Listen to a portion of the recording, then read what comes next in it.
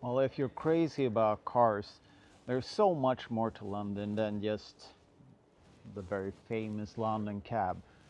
For instance, there's a cafe outside of London City called Ace Cafe, and that's where the real gearheads meet up. And not the ones that really like English cars or British cars, but the ones that are really into American iron. Let's go to Ace Cafe.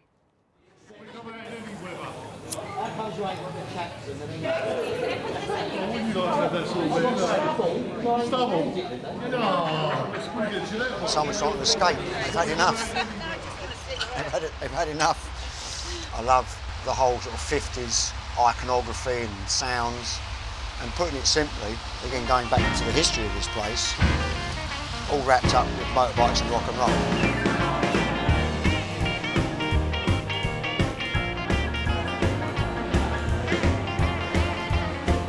Have a look round.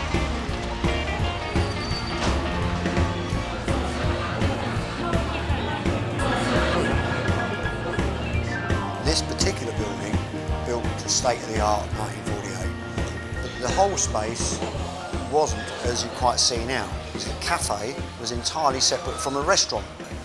So you came along this counter, you never used to see into the kitchen, and the beam that's above us, this was the wall. There's a wall, beyond which was restaurant. And to this day, old guys will come in here, who perhaps haven't been here for 45, 50 years, and go, oh, it's not the same place, it was never this big. Of course, they can only remember the space they were in, because they'd have been interested in mates. They would never have been interested in the restaurant side. Overwhelmingly, we're simply hosting here those with a passion for their vehicles. And that passion just takes a different form as one goes through life. The ethos of the place being based on speed and whether it's an aspiration, ambition or desire or whatever, it's speed. And speed comes in all shapes and forms, and that produces different demographics. They have their own dynamics for different age groups. Elvis night, Elvis birthday I should say, in January. December's Hot Rod Night, it's the 60th anniversary of Johnny Cash's first recording actually at Sun Studios. You know, the guys, I'll say my age and older, once come in here, they'd be excited by the music and the sounds that they've become familiar with. Introduce a new sound and they're not going to be very happy.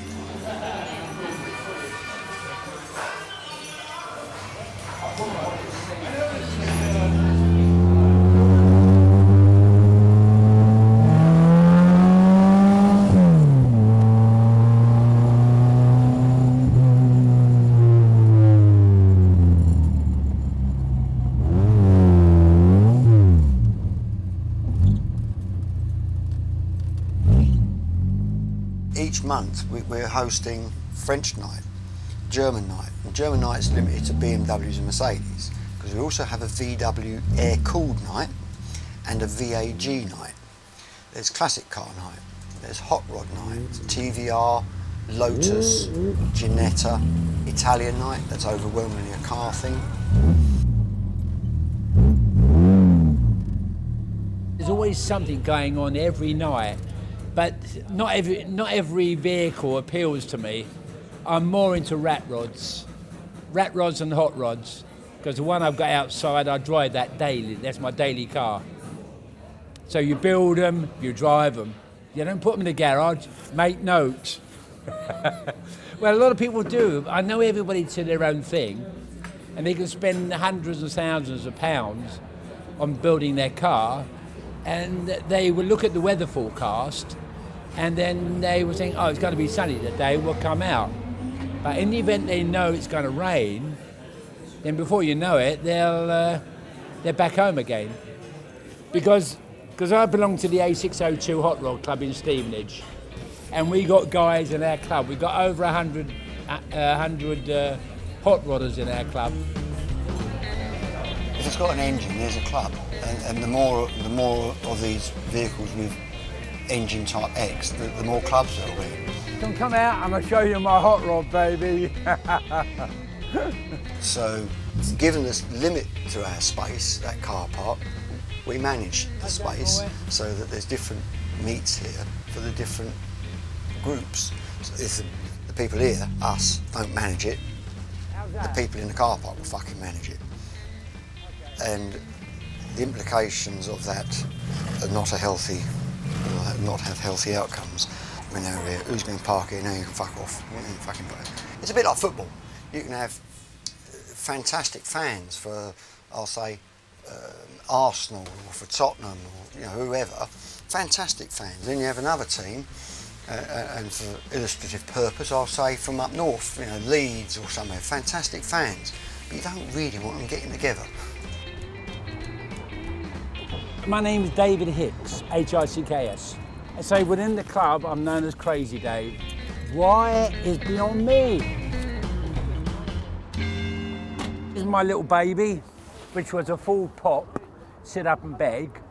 And what I've done, I've just cut the back off, put a Moggy 1000 rear panel on the back, and put it on a set of 32, full 32 chassis rails with a Mustang front and Mustang rear axle. And as you can see, I'm more into rat rods. As you can see the old bat on there. I put it there because when I'm going, the wings are doing that.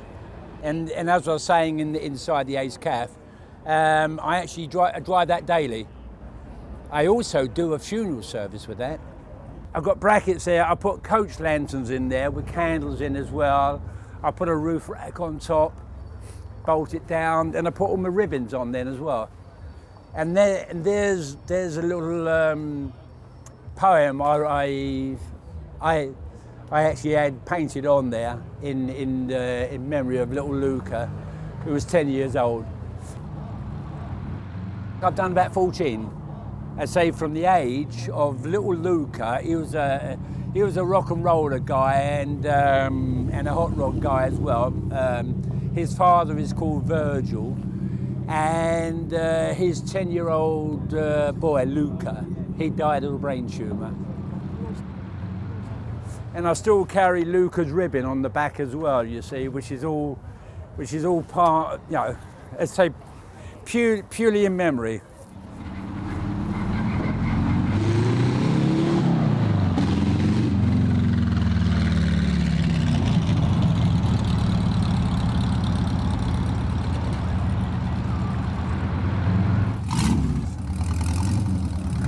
Beach buggy.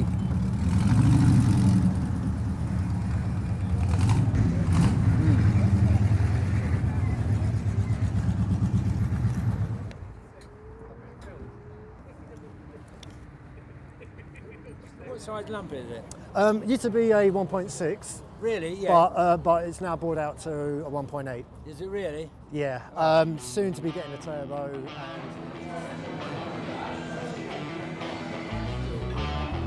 You might be interested in a bit of the story of the bikes as well. Daddy of calf racers, if you like, and Norton produced these bikes for racing. It never came with headlight, it never came with the stuff that's on it. Manx Nortons were an expensive machine, won virtually all the races they went into. Other machines of that time, the Gold Star. And the Gold Star was what's termed a clubman racer. So you could ride it on the road during the week, to and from work, strap up the headlight or take it off and race it. Clubman racer. Triumph in 1959 came out with a 650, been making that for a while, but had the bright idea of sticking 2 carburettors, one on each cylinder. Comparing things with, say, a Gold Star is a 120 mile an hour bike, very, very fast. The Triumph Bonneville, you'd be lucky to get that sort of speed out of it. But the Triumph Bonneville will beat that every time off the lights, that initial acceleration. And in an environment such as big metropolitan lumps like London, it was who's away first, not necessarily top speed. Open road, that'd win. Bonneville in London every time. No, his one is short wheelbase. Right, okay, yeah. Yeah, the only issue I've got really is that if it's like struggling it down with rain, Yeah. basically because I've got no like roof. I'm driving now, Yeah, of and it's like starts chucking down. I'm like, You've got right, no windscreen either. exactly. It's like right, car park. I'm like, I'm looking out. I'm there in traffic, like shivering, and like everyone's looking at me like, all like laughing, like taking the mick type thing. But I take it you've got no heater in this. when people would get into it for like the first time, and like I start driving, they used to be like, oh god, this car's brilliant. And like after half an hour of them like keep doing it, it gets a bit annoying.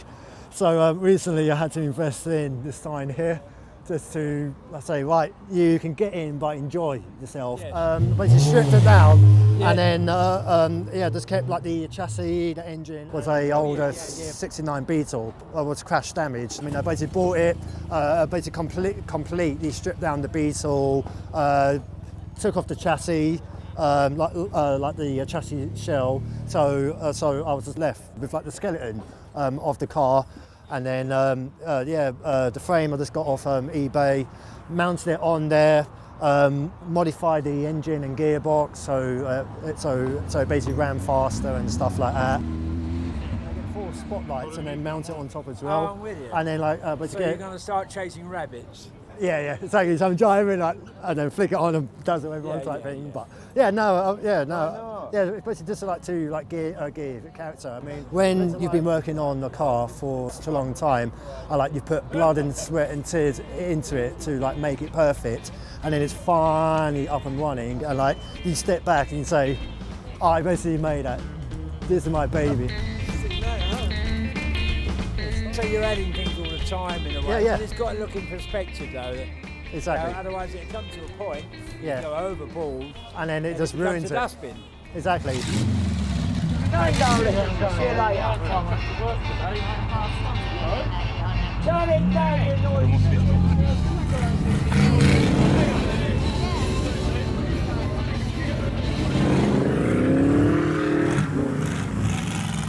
See, the funny thing is, on Friday nights, 9 o'clock, 9:30, that's when I, on occasion, start thinking, please rain, please start raining. It takes the adrenaline down